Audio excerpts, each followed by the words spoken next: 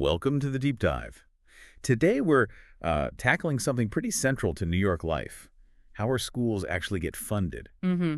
We're digging into the foundation aid formula, our mission, Yeah, to, unpack this complexity, understand why it's such a hot topic, and get a grip on the recent changes. absolutely.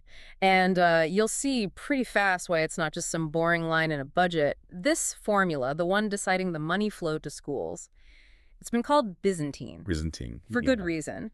It mixes in so many different factors that, well, the phrase used is it can boggle the mind. So let's try and make it a bit clearer. Okay, let's do it. So foundation aid is basically like the master plan New York uses every year to figure out how much money each school district receives. That's the core idea. And when they say mind-boggling, they really mean it. I mean, Yeah. think about what goes in. Student headcounts? Sure. But also local economic stats, regional economic trends, specific student needs. Right, like poverty rates, students with disabilities, English language learners. All of it gets tossed together and, like our sources say, added, multiplied, and divided in a manner that boggles the mind.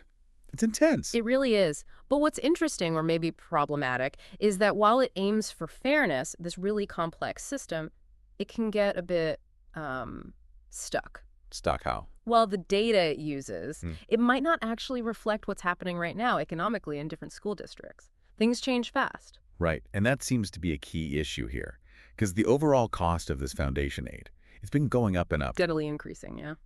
But if the information driving the formula, the economic data, and maybe even student counts, isn't fresh, then it might not accurately show what schools genuinely need today.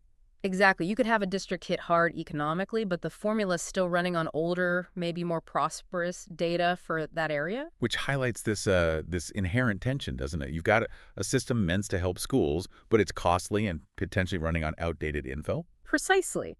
And that inevitably leads to people saying, hey, we need to update this thing, which brings us neatly to what happened last year. Yeah, last year got pretty heated. Yeah. Governor Hochul came forward with proposals to, well, update the formula and also find some cost savings, A difficult balance. for sure. And a really big part of her plan was suggesting they get rid of something called hold harmless. Hold harmless. Okay, so what that does basically is guarantee that a school district won't receive less state aid than it got the previous year, even if its enrollment dropped or, demographics changed. So it provides stability, which schools like. Definitely. Predictability is huge for budgeting.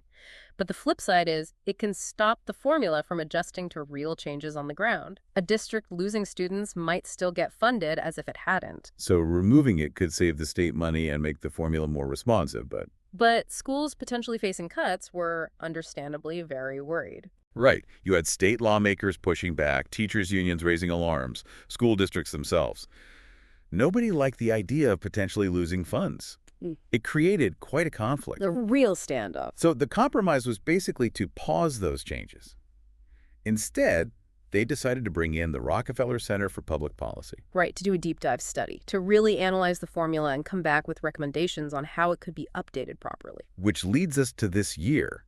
Now, New York has actually made some updates to the formula based presumably on that work. Yes, adjustments were made in the recent budget. And the interesting thing is, while maybe not everyone is, thrilled with every single tweak, There always seems to be some disagreement with funding formulas. true, but it didn't provoke that same massive wave of opposition we saw last year. Mm. It seems maybe a more careful or perhaps incremental approach was taken this time. Possibly learning from last year's reaction or incorporating findings from the study? Yeah. So let's boil this down. What's the key takeaway for you listening? This incredibly complex, maybe even Byzantine formula. It has a direct line to the resources available in your local schools. Absolutely. It affects staffing, programs, materials, pretty much everything. And there's this constant balancing act going on. How do you ensure schools get enough funding to do their job well? How does the state manage the overall cost? And critically, how do you make sure the information used to make these huge decisions is actually accurate and up to date? That's the crux of it. It's this ongoing challenge really highlighted by New York's experience of trying to match complex educational needs with hard economic realities. It really is. And it makes you wonder, doesn't it? What other sort of unseen factors might be playing into these vital policy decisions? And could there be fundamentally different ways to approach school funding that might better serve all the diverse communities across a state like New York? Something to think about. Definitely food for thought. Thanks for diving deep with us today.